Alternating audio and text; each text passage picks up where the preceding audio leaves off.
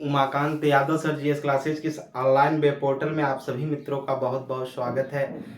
दोस्तों, हम पिछली क्लासों में पढ़ रहे थे भारत में 19वीं शताब्दी के दौरान जो निम्न जातियों के द्वारा आंदोलन चला था, उनमें हमने तमाम आंदोलनों को देखा। डॉक्टर बी आर अम्बेडकर और दलित सुधार आंदोलन के लिए डॉक्टर बी आर अम्बेडकर का योगदान, इसको भी हम लोगों ने देखा। उसी के क्रम में हम आगे की तरफ बढ़ेंगे और कुछ लास्ट जो महत्वपूर्ण आंदोलन है जो निम्न जातियों के उत्थान के लिए चलाया गया था, उसी के विषय में अध्ययन करेंगे। तो आइए चलते हैं, पढ़ेंगे कि महात्मा गांधी और दलितों उद्धार, यानी महात्मा गांधी ने दलितों के उद्धार के लिए कौन कौन से आंदोलनों में कार्य किया या आंदोलनों को एक नई दिशा दी, उसी के बारे में जानकारी रखेंगे। आइए चलते हैं, महात्मा गांधी और दलितों उद्धार। निम्न जातियों का जब आंदोलन चल रहा था तो उसमें महात्मा गांधी के सक्रिय भागीदारी से ही दलित जातियों के आंदोलन को राष्ट्रीय स्तर प्राप्त हुआ। महात्मा गांधी आप देखे होंगे कि 1915 में अफ्रीका से आने के बाद एक ऐसे साधारण नेता थे जिनको ज्यादा लोग नहीं जानते थे, लेकिन 1915 के बाद जितने भी आंदोलनों ने उन्होंने सक्रिय रूप से भागीदारी लिया और छोटे से छोटे स्तर से लेकर के बड़े से बड़े स्तरों तक के आंदोलनों को उन्होंने साफ साफ रास्ता दिखाया।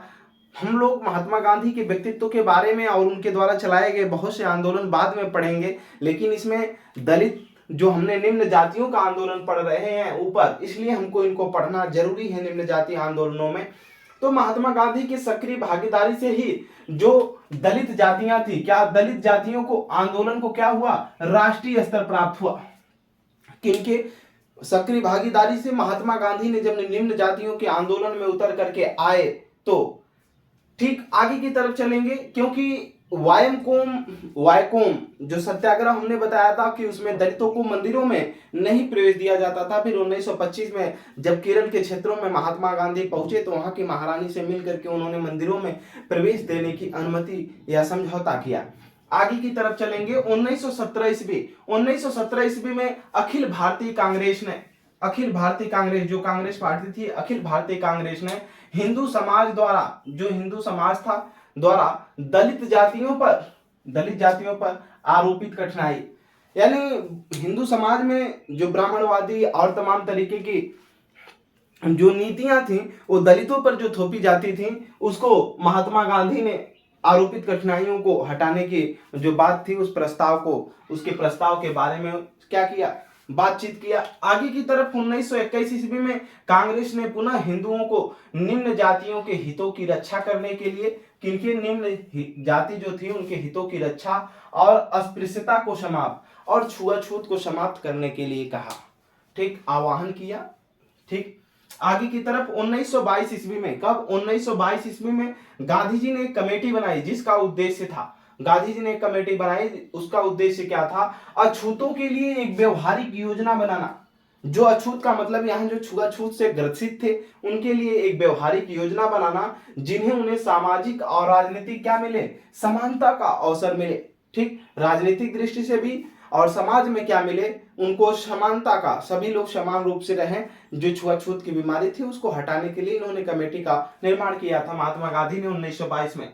समय आया 1931 में, 30 में भी हमने पूना पैक्ट की बात कर दिया है पिछले क्लासों में कि पूना पैक्ट क्या था, दलितों के लिए उन्होंने यही समझौता किया था डॉक्टर बी आर अम्बेडकर और 1931 में कांग्रेस के कराची अधिवेशन में महात्मा गांधी ने मौलिक अधिकार को प्रतिपादित किया। ठीक, महात्मा गांधी ने, कांग्रेस का कराची अधिवेशन था, ठीक, मौलिक अधिकार की सर्वप्रथम मांग की गई थी, ठीक, सरदार वल्लभ भाई पटेल के द्वारा, लेकिन इसमें महात्मा गांधी जो थे इन्होंने इस नियम को प्रतिपादन किया था। आगे की तरफ चलेंगे।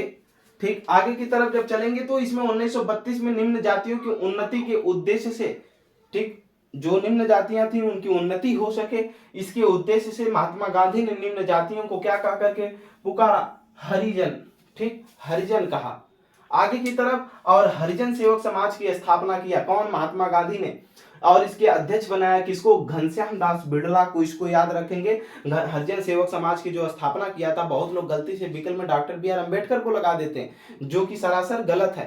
ठीक, और हरिजन सेवक समाज की स्थापना की, इसमें घनश्याम दास बिड़ला इसके अध्यक्ष बनाए गए थे। 1932 में महात्मा गांधी ने all India depressed class association की स्थापना की। किसकी? All India depressed class association की स्थापना की। कहां पर? बंबई में। इसका भी वही उद्देश्य था कि जो दलितों का है इनका उत्थान हो सके राजनीतिक और धार्मिक तरीके से। ठीक 1933 ईस्वी में गांधी जी ने एक साप्ताहिक अखबार निकाला जिसका नाम था हरिजन। ठीक, आगे के हरिजन का मतलब माना जाता था ईश्वर के जन, यानी ईश्वर के संतानें। आत्मसम्मान आंदोलन चलाया गया दक्षिण भारत में 1920 में, जिसका उद्देश्य था कि ब्राह्मणवादी जो व्यवस्था थी इसका विरोध किया गया, ब्राह्मणवादी व्यवस्थाओं का विरोध किया गया। ठीक, इसके नेता थे ईवी रामास्वामी नायकर उर्फ पेरियार या बलीजा नायडू। इसके दो नेता थे। किसके? आत्मसम्मान आंदोलन। इसी को बोलते हैं आत्मसम्मान आंदोलन को ही स्वसम्मान आंदोलन क्या बोलते हैं? स्वसम्मान आंदोलन बोलते हैं। साहू जी महाराज, जो साहू जी महाराज है एक कोल्हापुर महाराष्ट्र के शासक थे।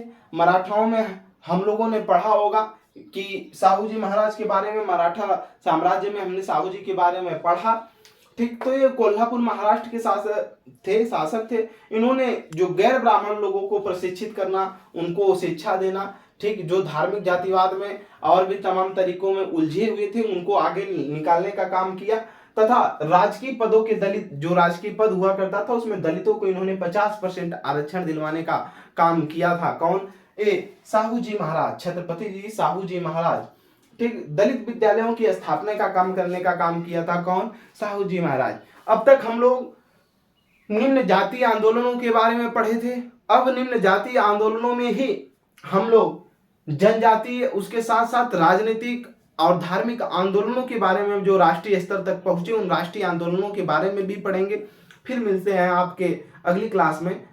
आज के लिए इतना ही। ज़्यादा से ज़्यादा शेयर करते रहें हमारे क्लास को, और क्लास पसंद आई हो तो लाइक जरूर करें। Umakant Yadav sir GS classes में जुड़ने के लिए आप सभी मित्रों का बहुत बहुत धन्यवाद।